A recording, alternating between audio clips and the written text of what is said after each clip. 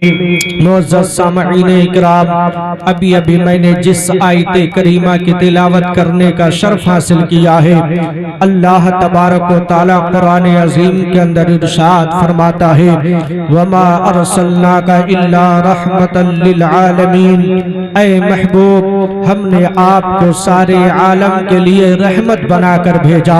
मुअज़्ज़ज़ सामईन इकराम, हम और आप मिलाद मुस्तफ़ा में बैठे हुए हैं। हमारा और आपका अकीदा है कि हम जब नबी की मीलाद में बैठते हैं तो चाहे भगवानपुर की जमी हो, चाहे इसके इर्द गिर्द इलाके में किसी भी गांव की जमी हो, हम नबी की मीलाद सजाते हैं। यहाँ मुस्तफ़ा मदीने से समाअत किया करते हैं।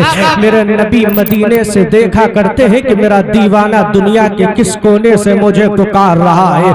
मुअज़्ज़ज़ सामईन इकराम, लाई के मुबारकबाद है इस घर के लोग जिन्होंने एक बच्ची की आमद की खुशी में महफिल मीलाद का इनकाद कर दिया है और करके जमाने वाले को, गांव वालों को बता रहे हैं कि ऐ गांव वालों, जब अल्लाह तबारक व तआला तुम्हें खुशियों से नवाजे, अल्लाह तबारक व तआला तुम्हारे घरों में जब खुशी का माहौल लेकर आए तो तुम रब तबारक व तआला के शुक्रगुजार बंदे बन जाया करो। तुम रब तबारक व तआला की नाशुक्री ना किया करो, वरना आज का दौर ये है, आज का आलम ये है कि आज थोड़ी सी दौलत क्या हमारी चौखट पे आ गई है। अगर आज हमारे घरों में शादी का मौका आ जाए तो फिर हम शरीयत पर अमल नहीं करते नजर आते हैं। आज थोड़ी सी दौलत क्या आ गई है, अगर हमारे घरों में अकीके का मौका आ जाए तो हम उस दौलत को नाजायज कामों पर खर्च करने के लिए तैयार नजर आते हैं। अगर थोड़ी सी दौलत क्या आ गई है, अगर घर में एक बच्चे की पैदाइश हो जाए तो उसके छठी के नाम पर हम अपनी कमाई को लुटाते हुए नजर आते हैं।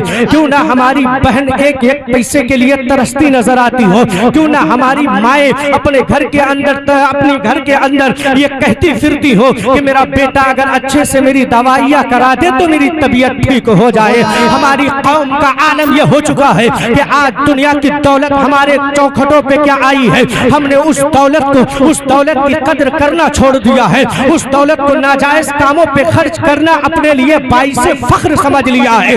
नाना मुसलमानों, कभी आप अपनी हिस्ट्री पढ़िए, कभी अपने बाप दादाओं की जिंदगी पढ़िए, कहीं और जाने की जरूरत नहीं है। तुम एक पीढ़ी पीछे चले आइए और जरा उनके हालात को मुलाहिजा कीजिए। यहाँ सब उम्र दराज लोग बैठे हुए हैं, किसी की उम्र 50 साल की है, किसी की उम्र 60 साल 70 साल की है। जरा इनसे पूछिए कि इन्होंने बचपना किस हाल में गुजारा है, इनसे पूछिए कि इन्होंने जवानी को किस हाल में गुजारा है। आज तुम जवानी के मरहले पर पहुंचते पहुंचते मुंबई से नोट की गड्डियों को अपने जेब में लेकर घूमते हो। जरा इनकी जवानी का जायजा लो कि जब ये अपनी जवानी के मरहले पर कदम को रखा था तो फावड़ा इनके कांधों पर नजर आ रहा था। इनके हाथों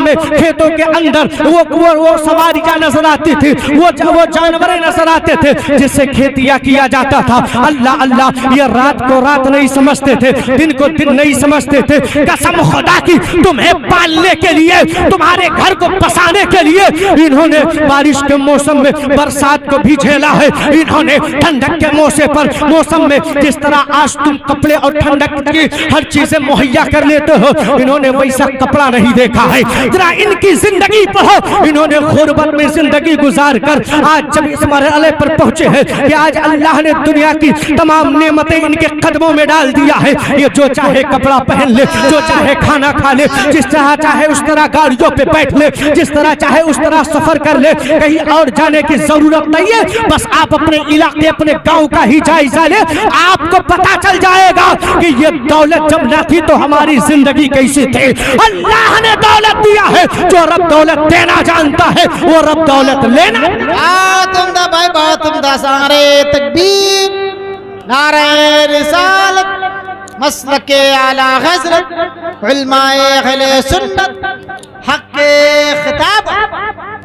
भगवानपुर के मुसलमानों, जो अल्लाह हमें और आपको दौलत देना जानता है वो अल्लाह लेना भी जानता है। रब तबारक व तआला ने हमारे आबो अजदाद को गुर्बत को दिखाया, लेकिन गुर्बत को चंद सालों में खत्म करके दुनिया की दौलत को हमारे कदमों में डाल दिया। तो उस दौलत की कदर करना सीख लो, अपनी जिंदगी को शरीयत मुस्तफा के साचे में ढाल कर गुजारना सीख लो।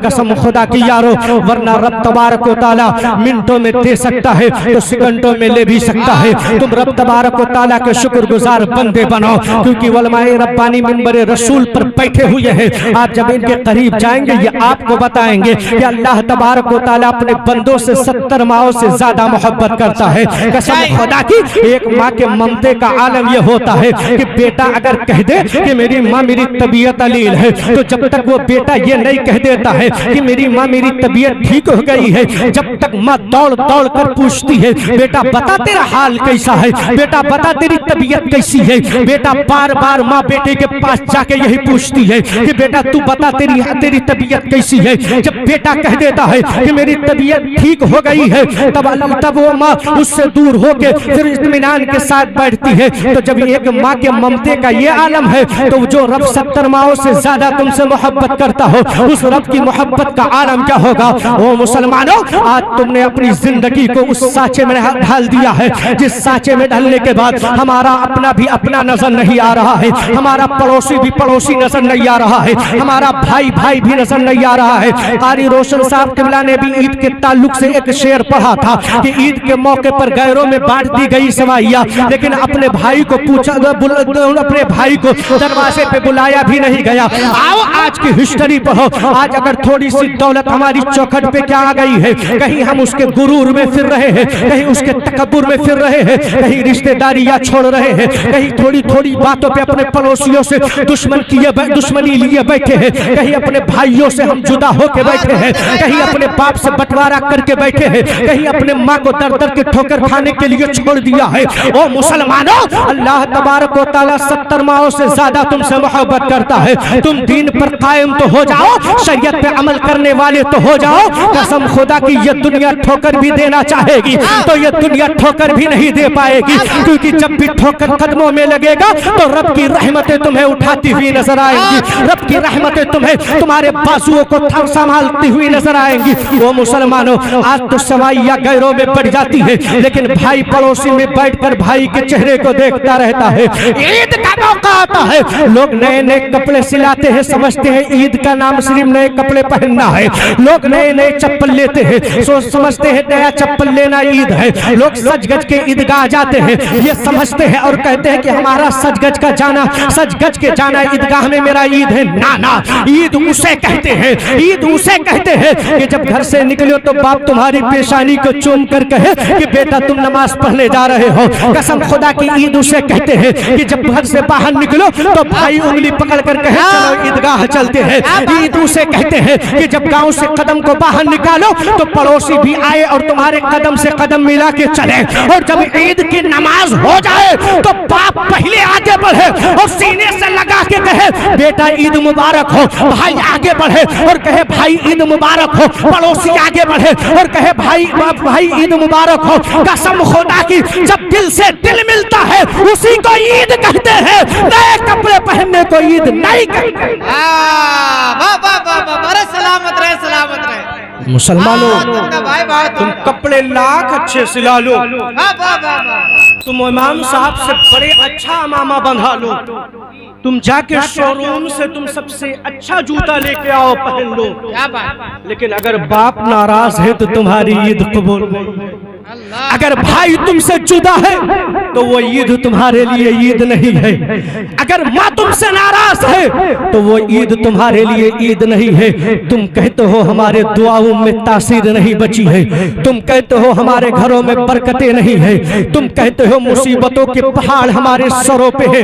आओ हजरत अबू हुरैरा की जिंदगी पढ़ो। अल्लाह अल्लाह, ये वो हजरत अबू हुरैरा है जिनसे मेरे नबी की सबसे ज्यादा हदीसें मरवी है। अल्लाह अल्लाह, हजरत अबू हुरैरा रज़ियल्लाहु ताला अन्हु दर्स दे रहे हैं। अल्लाह अल्लाह, सहाबा की जमात है, नबी के कलमा पढ़ने वालों की जमात है। हजरत अबू हुरैरा जब दर्स देने के लिए दरसगाह में हाजिर होते हैं, हदीस मुबारका का दर्स देने के लिए हाजिर होते हैं, तमाम दीवानों की तरफ मुखातिब होकर फरमाते हैं, ओ दीवानों, अगर तुम में कोई ऐसा इंसान हो जो अपनों से जुदाई रख अपने दिल में अपनों से जुदाई रख के आया हो, अपनों से दुश्मनी रखता हो, लोगों से बुग़्ज़ो किना रखता हो, तो वो मेरी इस महफिल से चला जाए, वो दर्स हदीस की महफिल में ना बैठे, वो दर्स हदीस की महफिल में ना बैठे जो अपनों से जुदा होके आया है, अपनों से दुश्मनी लेके आया है। अल्लाह अल्लाह, उसी महफिल में एक जवान पीछे बैठा हुआ था, उसे पता था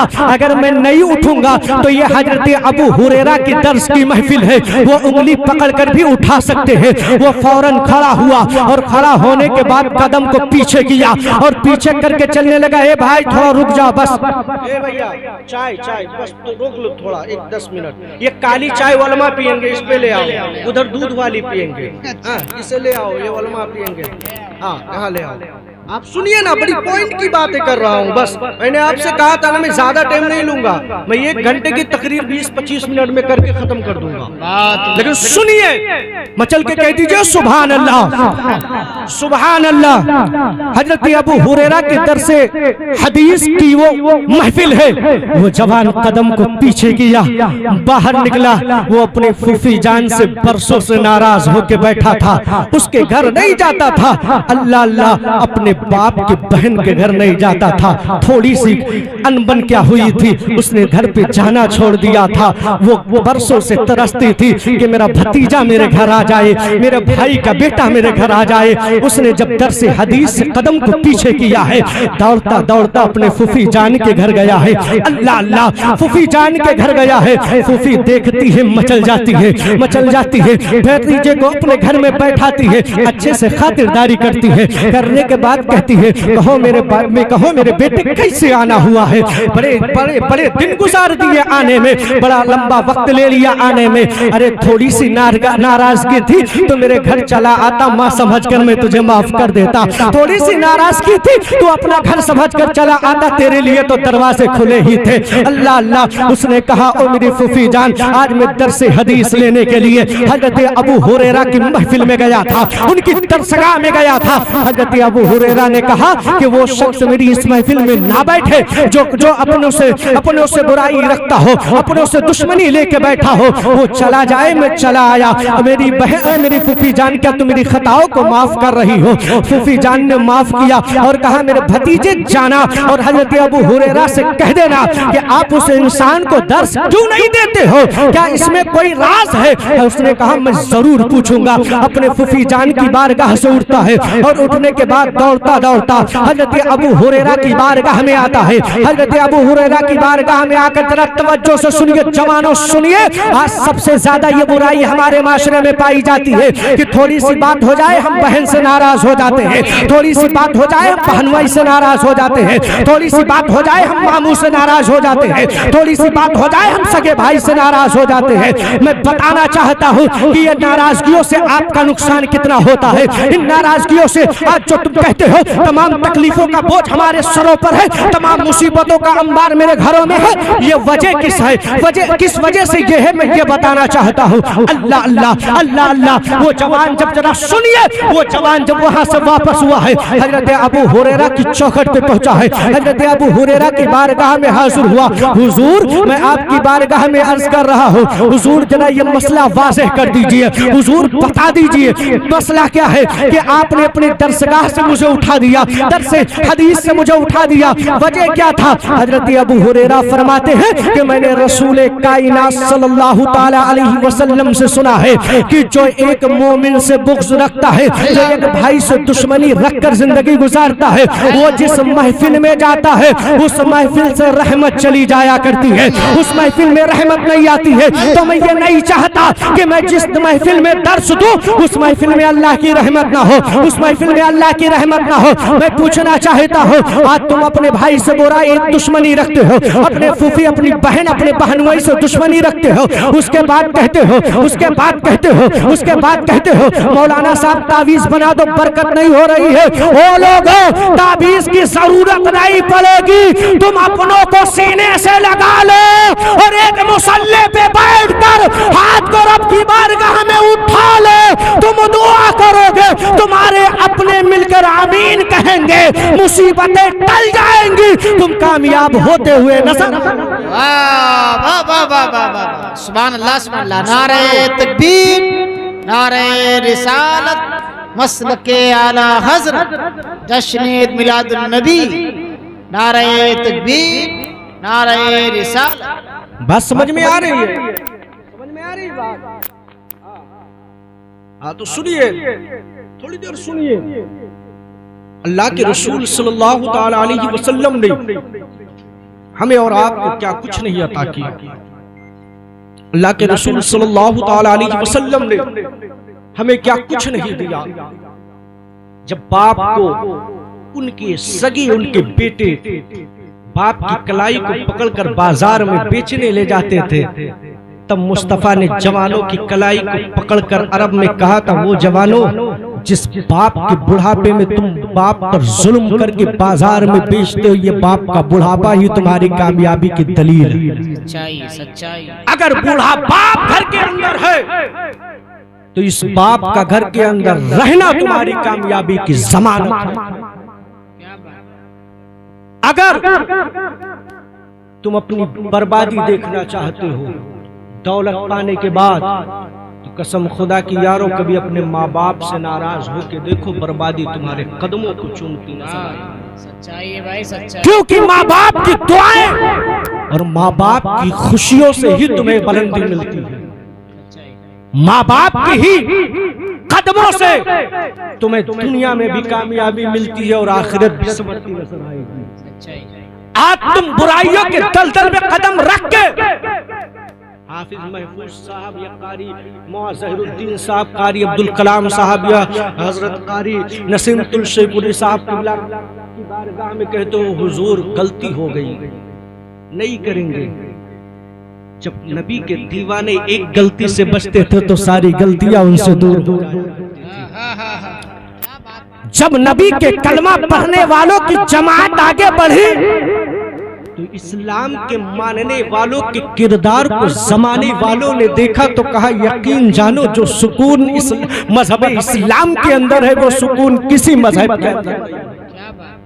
इस्लाम की हक्कानियत और इस्लाम की सच्चाई को देखकर जमाने वालों ने जमाने के मज़ाहिब को छोड़कर इस्लाम को कबूल करना पसंद करते थे। एक जवान नबी की बारगाह में हाजिर हुआ, या रसूल अल्लाह, इस्लाम के मानने वालों को मैं देखकर मुतासिर हो रहा हूँ। नबी, या रसूल अल्लाह, आपके कलमा पढ़ने वालों की जिंदगी देखकर मेरा दिल कह रहा है कि मैं भी कलमा पढ़ के मुसलमान हो जाऊं, मैं भी मुसलमान हो जाऊं। लेकिन मेरे अंदर चार बुराइयां हैं, चार बुराइयां हैं। लेकिन मैं कलमा पढ़ूंगा, लेकिन एक बुराई से मैं दूर रहूंगा, तीन बुराई करूंगा। अब आप उसमें से जो एक बुराई चाहे उससे मुझे रोक सकते हैं। अर्ज किया, मेरे नबी ने फरमाया, वो कौन सी बुराइयों में तुम मुब्तिला है?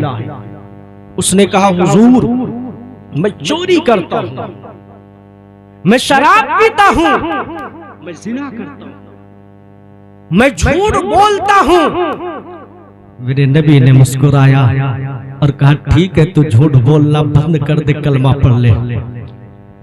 अगर आज के दौर में कारी नसीम तुलसीपुरी के पास चले जाएं और कहे, हुजूर, ये चार बुराइयां मैं करता हूं, एक छोड़ दूं, तीन करूंगा, ये कहेंगे तू तबाह हो गया। दुनिया में भी काटा जाएगा और आखिरत में इस तरह जलाया जाएगा कि तेरी बोटी भी पता नहीं चलेगी, जाके जलेगी। क्योंकि जब आप शराब के नशे के बारे में पूछेंगे, ये मुदल्लल दलील देंगे कि शराब पीना कितना बड़ा जुर्म है। जब आप चोरी के बारे में पूछेंगे, ये मुदल्लल जवाब देंगे आपको कि चोरी करना कितना बड़ा अजाब है।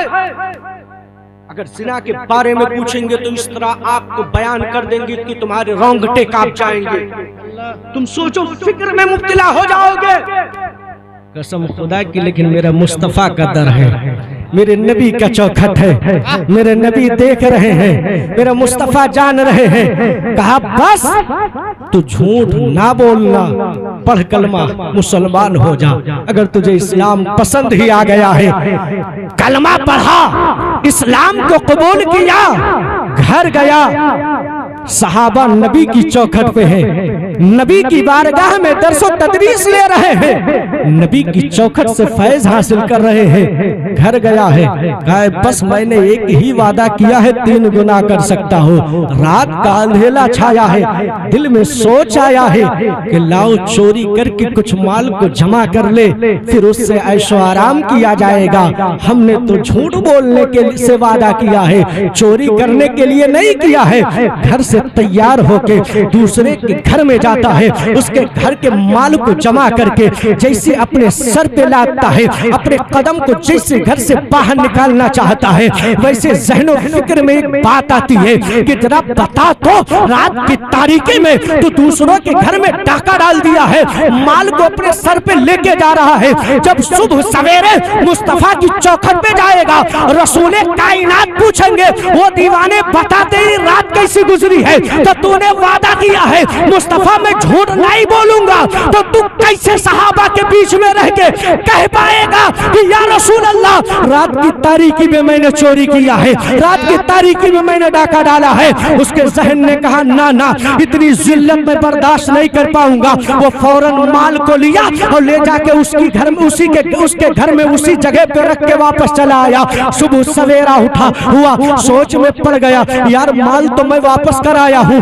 अब करूँ तो क्या करूँ। बहरहाल दिन तो गुजारा, फिर रात की तारीकी आई, दोस्तों का एक झुरमुट आया और दिल में एक सोच आई कि यार चोरी तो मैंने नहीं किया था, लेकिन शराब पी सकता हूँ, क्योंकि मैंने वादा किया था झूठ नहीं बोलूंगा, शराब पी लूंगा, सुबह नबी की बारगाह में नहीं जाऊंगा। दोस्तों की झुरमुट में चला है, शराब के अड्डों की तरफ चला है।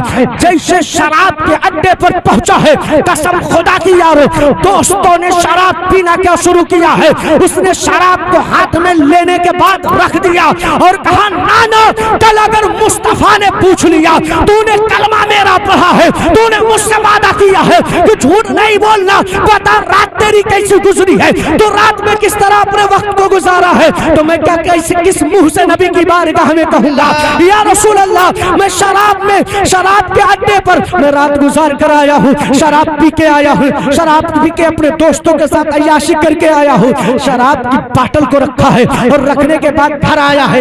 यारो ये तमाम बुराइयों में मुब्तला था। दूसरी तीसरी रात आती है, आने के बाद कहता है लाओ बस आखिरी रात है, लाओ जिना की तरफ फाहिशा औरतों की तरफ कदम को बढ़ाते हैं। आज हमारी कौम के जवान अपनी दौलत को फाहिशा औरतों के ऊपर लुटाते हैं, अपने दरवाजे पर नचा नचा के। तुम्हारी जमीन मर चुकी है, तुम्हारी गैरत मर चुकी है। तुम किस मुंह से कहते हो मैं नबी का कलमा पढ़ने वाला हूँ, तुम किस मुंह से कहते हो मैं नबी का दीवाना हूँ।